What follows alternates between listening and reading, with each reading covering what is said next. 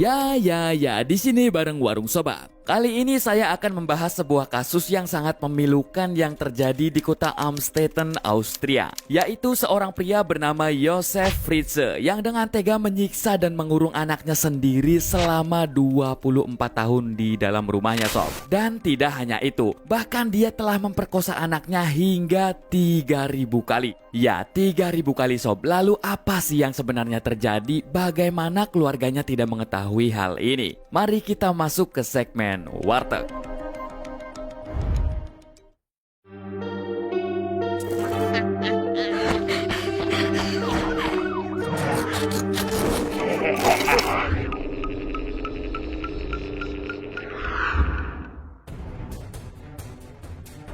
Josef Fritzl adalah seorang pria kelahiran 9 April 1935 yang merupakan anak tunggal dari Josef Fritzl senior dan Maria Fritzl. Saat dirinya berusia 4 tahun, ayahnya meninggalkan rumah karena menjadi seorang prajurit di Denmark selama Perang Dunia Kedua. Sejak saat itulah dirinya hanya dibesarkan dengan ibunya, sob. Dan naas, ayahnya terbunuh di medan perang pada tahun 1944. Nah, karena ibunya hanya seorang pekerja serabutan dan ayahnya meninggal dunia, masa kecil Josef menjadi kurang perhatian kasih sayang.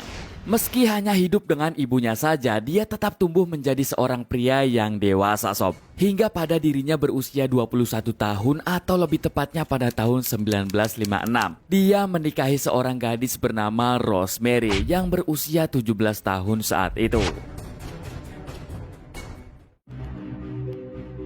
Kehidupan keluarga mereka normal saja seperti masyarakat pada umumnya dan dikaruniai 3 orang anak, 2 perempuan, 1 laki-laki. Lalu 10 tahun kemudian atau lebih tepatnya pada tanggal 6 April 1966 lahirlah anak keempat Josef yang diberi nama Elisabeth Fritzl. Elisabeth tumbuh menjadi seorang anak perempuan yang sangat cantik sehingga sangat dimanja dan disayang oleh kedua orang tuanya, sob. Namun, kisah manis Elisabeth tidak berlangsung lama karena pada saat Elisabeth berumur 11 tahun atau sekitar tahun 1977, ayahnya mulai tertarik kepadanya. Ya, Josef suka kepada Elisabeth alias anaknya sendiri, sob. Dia mikir kayak gini.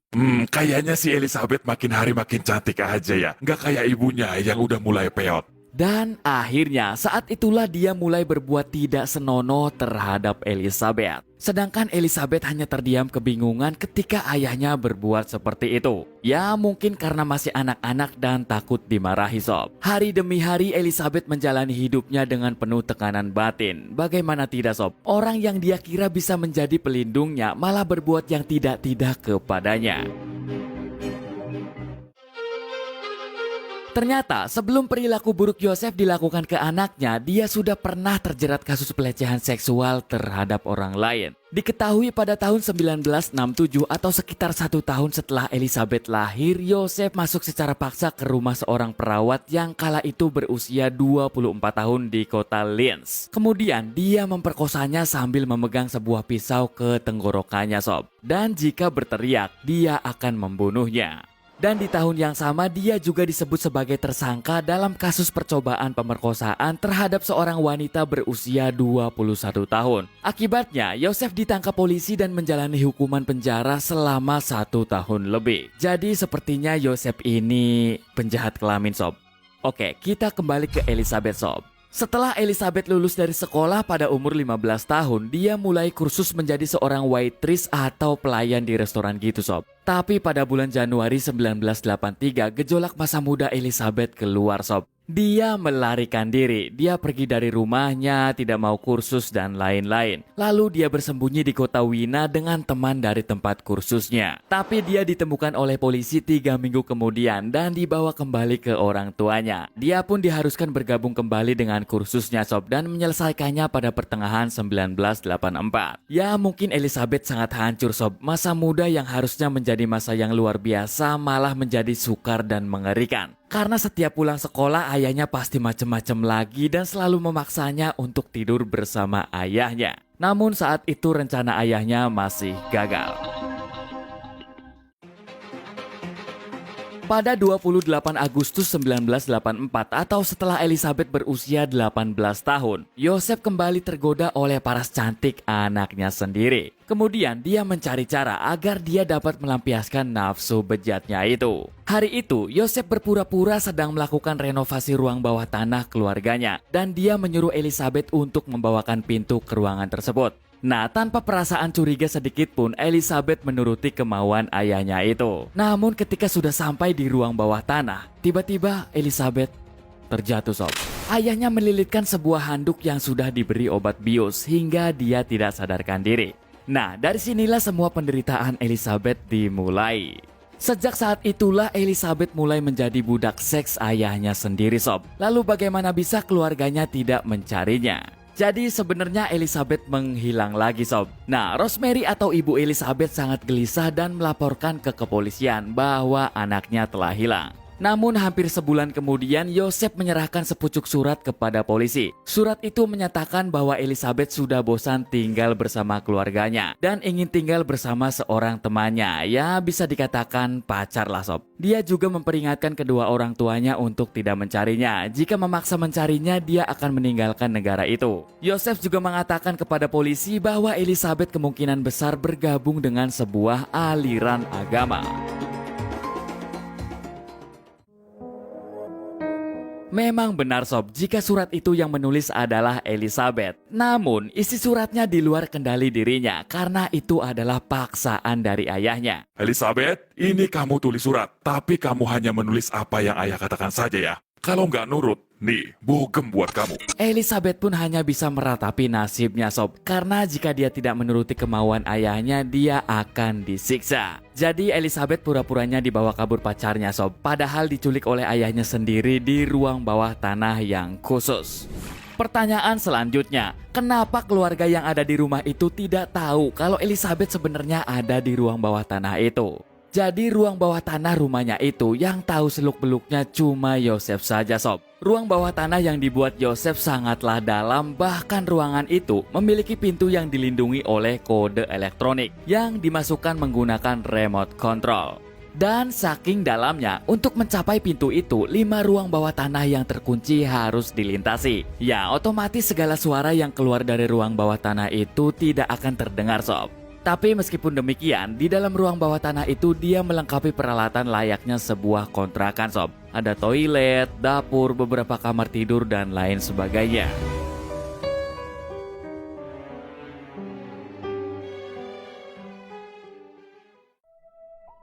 Lalu apa yang sebenarnya terjadi di ruang bawah tanah itu? Elizabeth mengalami berbagai macam penganiayaan dan juga tindak pemerkosaan, sob. Dan karena seringkali diperkosa oleh ayahnya, pada sekitar tahun 1988 sampai 1990, lahir anak pertama dari hubungan antara ayah kandung dan anak kandung, yang mereka beri nama Kirsten.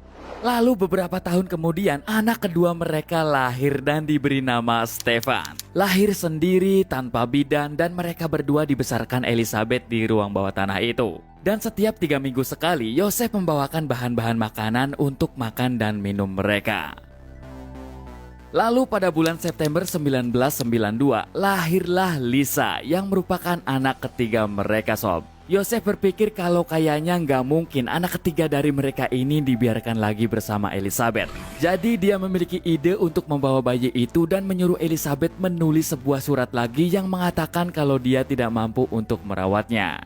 Kemudian pada tanggal 19 Mei 1993, Yosef meletakkan Lisa di depan rumahnya sendiri. Jadi seolah bayi itu bayi orang lain, sob, yang dibuang oleh ibunya karena tidak bisa merawatnya. Padahal itu hanya akal busuk Yosef. Kemudian Yosef berpura-pura tidak tahu dan merasa iba melihat bayi Lisa yang saat itu berusia 9 bulan. Lalu keluarga Yosef pun mengadopsi Lisa, sob. Setahun kemudian Elizabeth hamil lagi dan melahirkan lagi. Kemudian dia menamai anak keempatnya itu dengan nama Monica pada tanggal 15 Desember 1994. Dan lagi-lagi Yosef melakukan hal yang sama seperti sebelumnya. Kemudian Yosef dan istrinya pun mengadopsi bayi bernama Monica itu. Setelah kelahiran anak keempat pada tahun 1994, Yosef menyuruh Elizabeth melakukan perluasan ruang bawah tanah dari 35 menjadi 55 meter persegi. Hal ini membuat Elizabeth dan anak-anaknya bekerja selama bertahun-tahun menggali tanah dengan tangan kosong.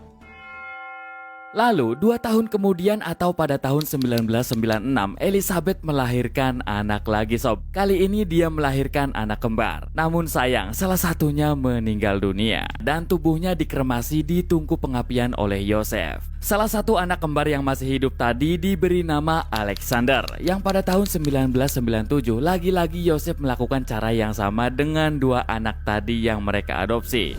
Joseph juga pernah memberi ancaman kepada Elizabeth dan anak-anaknya bahwa mereka akan dibunuh dengan gas jika mereka mencoba melarikan diri. Dan anak terakhir atau anak ketujuh lahir pada bulan Desember tahun 2002 yang diberi nama Felix. Namun kali ini Joseph membiarkan Felix tetap bersama Elizabeth di bawah tanah.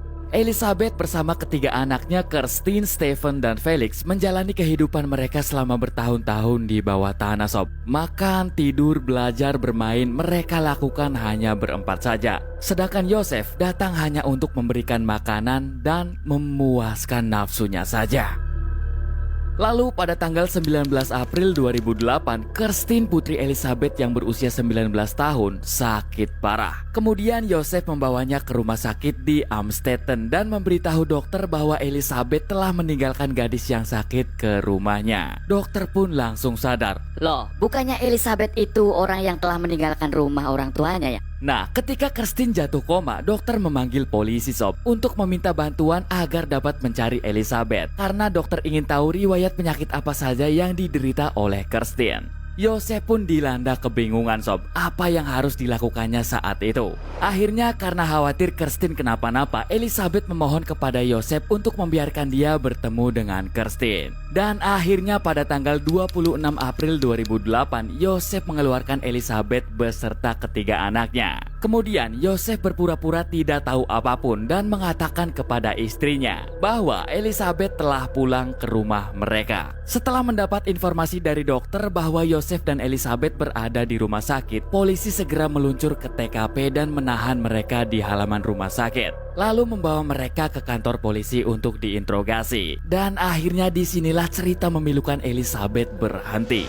Elizabeth yang saat itu sudah berusia 42 tahun mengatakan segalanya kepada polisi. Dia mengatakan bahwa dirinya selama 24 tahun dianiaya dan diperkosa ribuan kali oleh ayahnya sendiri. Bahkan sebelum Joseph melakukan pelecehan seksual, Joseph memaksanya untuk menonton video porno. Dan bahkan dia melakukan hal itu di depan anak-anaknya sob. Akhirnya polisi tetap menahan Joseph dan melakukan investigasi lebih lanjut mengenai pernyataan dari Elizabeth. Dan setelah melakukan investigasi lebih mendalam, benar saja semua yang dikatakan Elizabeth adalah benar adanya. Keesokan harinya atau pada tanggal 27 April 2008, polisi mengumumkan penangkapan Joseph atas dugaan insest atau hubungan seks yang dilakukan padahal memiliki ikatan darah dan penculikan. Awalnya, Joseph mengelak jika anak-anak itu adalah anak hasil hubungannya bersama Elizabeth. Namun setelah dilakukan tes DNA, benar saja mereka adalah anak Joseph. Sidang pertama Joseph terjadi pada tanggal 16 Maret 2009 di kota San Polte, Austria. Dalam persidangan itu, Joseph mengakui segala perbuatannya sob dan siap menerima hukuman yang akan diberikan. Dari bukti-bukti yang ada dan juga diperkuat video yang diam-diam direkam oleh Elizabeth, membuat Joseph harus menerima hukuman penjara seumur hidup tanpa kemungkinan pembebasan bersyarat selama 15 tahun. Saat itu usia Joseph 74 tahun sob, yang artinya Joseph akan bebas dari 74 tahun lagi mulai dari saat itu, atau sekitar tahun 2083. Dan sekarang dia masih di penjara di Biara Garsten, bekas biara di Austria Hulu yang telah diubah menjadi sebuah penjara. Kehidupan Elizabeth sekarang sudah cukup tenang sob. Dia hidup bersama keenam anaknya. Ya, meskipun keenamnya tidak langsung akrab karena dibesarkan dalam dua kondisi yang berbeda. Namun akhirnya mereka dapat menikmati kehidupan dengan baik. Berjalan-jalan bersama, belanja bersama, dan hidup tanpa dibayang-bayangi oleh rasa khawatir terhadap sesuatu. Pada 28 Juni 2013, ruang bawah tanah di rumah keluarga Joseph atau tempat dia melampiaskan nafsu bejat kepada anaknya itu akan diisi dengan beton yang kemungkinan akan menelan biaya sebesar 100.000 euro. rumah itu akan dijual di pasar terbuka. Sementara sebagian besar tetangga menyetujui proposal tersebut, tapi beberapa orang lebih suka properti itu dibongkar karena sejarahnya yang kotor. Namun pencari suaka ditawari rumah itu untuk ditinggali. Rumah itu dijual seharga 160.000 euro pada Desember 2016 dan akan diubah menjadi apartemen. Kisah ini telah ditampilkan dalam film dokumenter 2008, The Long Night, Secrets of the Cellar Austria, dan film dokumenter 2010 yaitu Monster, The Joseph Friese Story.